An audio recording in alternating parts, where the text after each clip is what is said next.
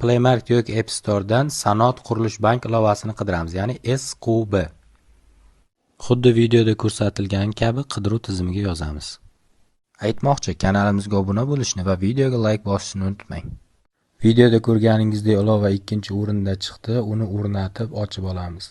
Ilova til tanlash bo'limi chiqadi. Bu yerdan o'zingizga qulay bo'lgan xohlagan bitta tilni tanlaysiz va telefon raqamingizni kirgizib SMS kod orqali tasdiqlaysiz.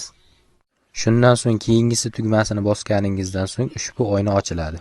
Bunda o'zi yozilgani kabi birinchisiga ismingizni, ikkinchisiga familiyangizni yozasiz. E'tiborli bo'ling, aksiyada qatnashishni boshlash uchun taklif qiluvchi kodi degan joyga videoda ko'rsatilgan kodni yozasiz.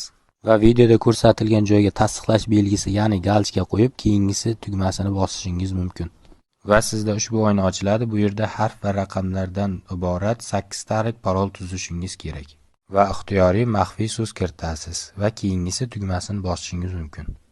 Va keyingi oyna ochiladi. Bu yerda nomeringizni SMS orqali yana bir bor tasdiqlaysiz va parol kiriting degan joyiga boya o'ylab topgan 8 talik parolingizni kiritasiz va kirish tugmasini bosasiz. Va ilovaga har safar kirishda so'raydigan 4 talik pin kod o'ylab topasiz va kiritasiz.